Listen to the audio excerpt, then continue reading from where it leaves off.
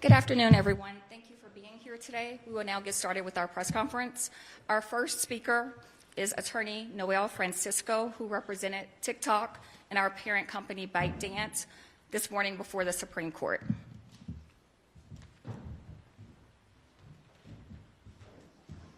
Good afternoon, everyone. My name is Noel Francisco. I'm a partner at Jones Day, and I'm proud to represent TikTok Incorporated and ByteDance Limited in this important First Amendment case. We thought that the argument went very well. The justices are extremely engaged. They fully understand the importance of this case, not only for the American citizens of this country, but for First Amendment law generally and the rights of everybody. We thought that they vigorously questioned both sides. They put us through our paces, but what really came through is that they understand the importance of this case. We are very hopeful of a favorable decision. I'd just like to emphasize a few points that came up during the argument. First, and perhaps most importantly, TikTok Incorporated is a United States company. It's incorporated in the state of California. It's got thousands of employees based here in the United States. The government does not dispute that it is a bona fide U.S. subsidiary operating in the United States in accordance with all of the applicable principles of American corporate law. Second, ByteDance Limited is a private company. It is a private holding company that is based in the Cayman Islands. It is not owned by China. No arm of the Chinese government has an ownership stake directly or indirectly in TikTok Incorporated or ByteDance. ByteDance, rather, is 58% owned by global institutional investors, including very large American institutional investors like Susquehanna and General Atlantic. It is 21% owned by its employees, many of whom are American employees here in the United States, and it is 21% owned by one of its founders, who is a Chinese national living in Singapore. Third, TikTok Incorporated exercises independent judgment with respect to the algorithm in the United States. The source code for the algorithm is brought into the United States and stored on servers located in Virginia.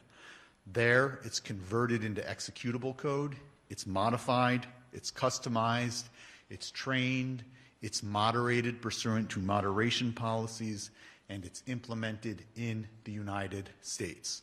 So when TikTok Incorporated implements the recommendation in the United States, that is very much TikTok Incorporated's speech. That is the speech of a U.S. entity speaking in the United States.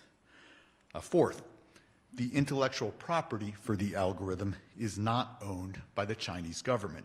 It is owned by ByteDance Limited, which is a global entity, a company that is incorporated in the Cayman Islands and operates through subsidiaries throughout the world.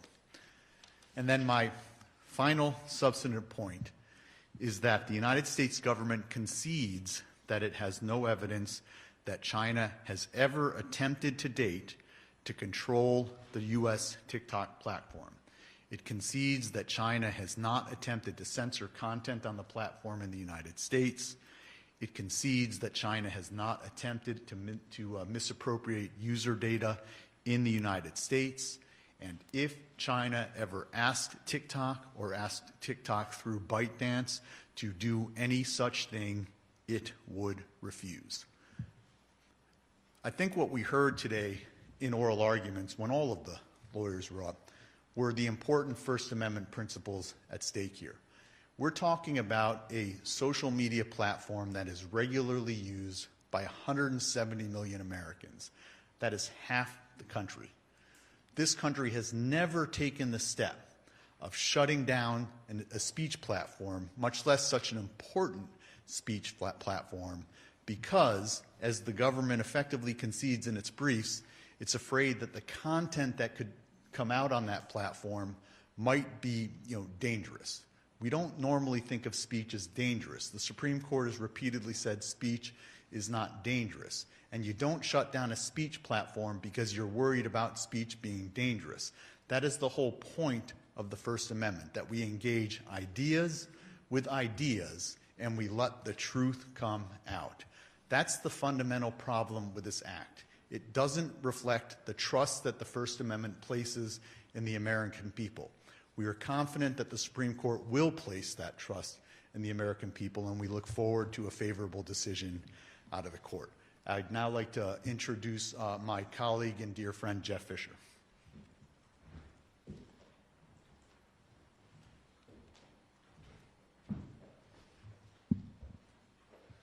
Thank you, Noel. My name is Jeff Fisher. I'm a lawyer, special counsel at Melvin and Myers, and I represented the creator petitioners in this case.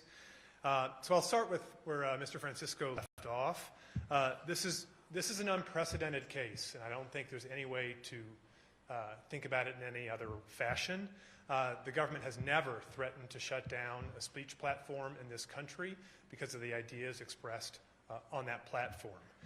And so the point of the creators here and their participation in this lawsuit is to absolutely drive that point home and remind the justices and remind the public that this case is at core about Americans speaking to other Americans about everything from everyday life to current events to anything else they care to express themselves on this particular platform about. And that is a most cherished freedom in this country. Another way to think about this is creators expressing themselves in all sorts of ways, whether it be with words or art or music or anything in between, have a right to choose under our First Amendment what publisher is best for them, what editor is best for them.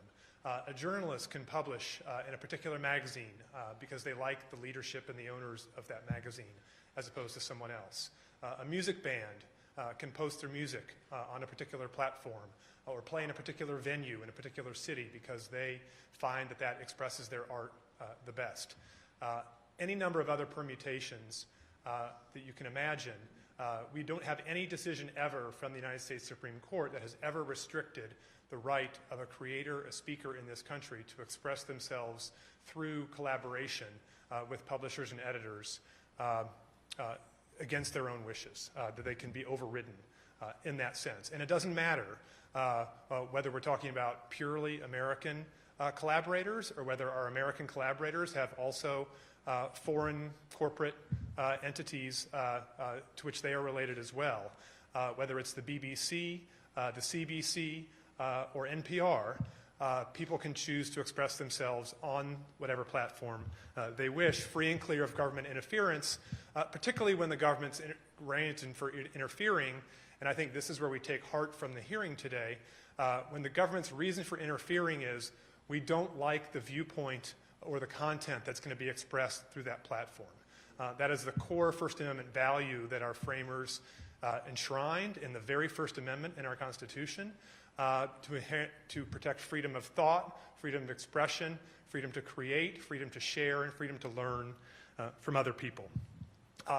That leaves the only other thing the government had to say in court today, which is that this act could somehow be sustained solely because of data security concerns that have been expressed in various ways in various legislator statements. We just don't think that's correct. And so one thing I'd like to emphasize is that whatever data TikTok has from users by way of that relationship, that creator-publisher relationship, is no different from the data that creators would give to Instagram, YouTube, any other platform to express themselves on. There's no difference between the data in one place versus the other. And also, the data that's shared is done so on a voluntary basis. So one of the justices today expressed the concern about paternalism that comes from the government in this case, whether it be to protect us from ideas or to protect us from choices we might make to best express ourselves and share data about ourselves with our publisher. We think that's our choice to make. It's not the government's decision or its right to make that choice for us. So today, and perhaps the main event, is that I have 5 of the creator petitioners here with me today, and I really think it's important for you to hear from them because that's the face of this case. certainly from the American creator perspective, are the people that find TikTok an invaluable resource for self-expression, communication, and exchange of ideas. And so I'm going to introduce them and let them come up, I think, one by one and introduce themselves to you and then be available later. So their names are Chloe Joy Sexton, Topher Townsend, Paul Tran, Stephen King, and Tim Martin. These are 5 of the 8 creator petitioners in this case that were before the court today, and I believe most, if not all, in the courtroom today. So I'll let them come up in whatever order they wish and introduce themselves to you.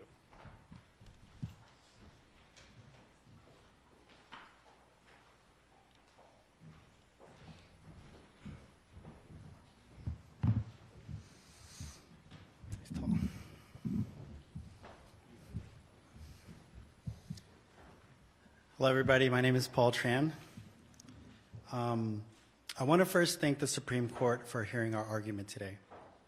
As co-founder of Love and Pebble, a small business built on the foundation of American entrepreneurship, I pray that the Supreme Court of America does what is right in protecting us. This isn't just about our business. It's about our fundamental right that makes our nation great. Our story embodies the American dream. My wife and I built Love and Pebble from the ground up using TikTok to share our passion and connect with people, with Americans all across the country, something no other platform has allowed us to do. I have a 2-year-old daughter, and when I look at her, I think about the America I want her to inherit. Do we want to teach the next generation that the solution to our challenges is to restrict freedom rather than protect it? Do we want to show them that it is acceptable for the government to decide which platforms Americans can or cannot use to express themselves and build their businesses? The First Amendment isn't a relic of the past. It's a living promise that must be defended in this digital age. By banning TikTok, we're not just removing an app, we're setting a precedent that threatens the very freedoms our country was built upon: free enterprise, free expression, and the freedom to innovate without unnecessary government intervention. Love and Pebble stands here represents more than just my family's dream. It represents the dreams of countless Americans and entrepreneurs who deserve the right to choose how they reach their customers and share our stories, real American lives. There must be a solution that protects both our national interests and our constitutional rights. My daughter deserves to grow up in a country where entrepreneurship thrives, where speech remains free, and where the government protects rather than restricts our constitutional right. The America I believe in doesn't shut down platforms for communication and commerce. It innovates, it adapts, and it finds solutions that preserve both security and liberty. That's the America I'm fighting for, and that's the America I want my daughter to inherit. So I pray that the Supreme Court hears the voices of myself and the millions of Americans. I pray that they protect our First Amendment right to use a platform of my choice, and I pray that they save TikTok. Thank you. Chloe, you want to go next? Hi, I'm Chloe Joy Sexton, and I'm a plaintiff in this case from Memphis, Tennessee. In 2020, I was fired from my job after telling my employer that I was pregnant. I was also struggling to care for my mother, who I eventually lost to brain cancer. I then began raising my 7-year-old sister. I started creating TikTok videos to financially support my family and as a creative outlet where I discussed everything from parenting and grief to my love of baking. I could never have expected the outpouring of love and support from the community on TikTok. My videos went viral and allowed me to jumpstart my business, Chloe's Giant Cookies. I have now shipped thousands of cookies all over the world and even published a cookbook. As a small business without a lot of capital, I rely almost entirely on TikTok to market my products. To say TikTok changed my life is an understatement. TikTok is the place where people told me I could do so much more with my life than I ever believed. I am a plaintiff in this lawsuit not just for myself, but for all of the women who, through TikTok, found their dreams and financial independence while taking care of their families and their children. A TikTok ban would place these women, including myself, in true financial jeopardy. It would destroy both my business and the community that means so much to me. No other platform can replace it. I have tried posting the same exact content on other social media apps without anywhere near the same success. I thank the Supreme Court for hearing our argument today, and I hope that the justices will protect my First Amendment right to continue to use the platform of my choice. Thank you.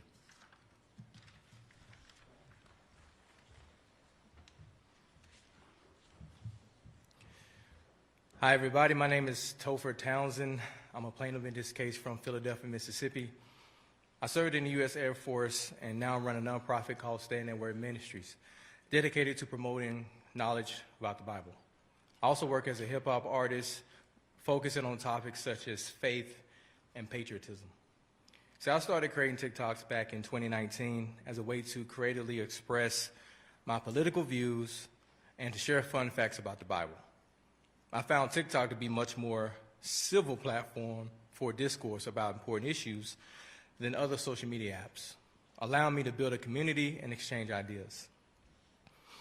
TikTok is also an unparalleled platform for collaborating with other musical artists and promoting my music. My music really took off after I started sharing it on TikTok, even though I've been sharing to other platforms for many years previously. I largely credit TikTok with the fact that my music has been streamed over 100 million times, and I've climbed the Billboard charts multiple times, even achieving a #1 Billboard hit with my song, The Patriot. See, the streams mean income for my family, and the joy of knowing my music is reaching people around the world.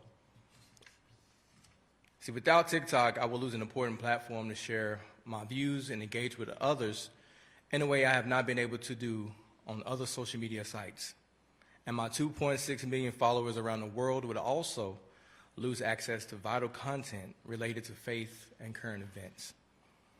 As a veteran and American who values free speech, I find it disturbing that the government is closing a form of expression for so many Americans. This ban betrays the values that I sought to protect while serving in the armed forces. I thank the Supreme Court for hearing our argument today, and I hope that the justices will protect my First Amendment right to continue to use the platform of my choice. And last but not least, we are not for sale. Thank you.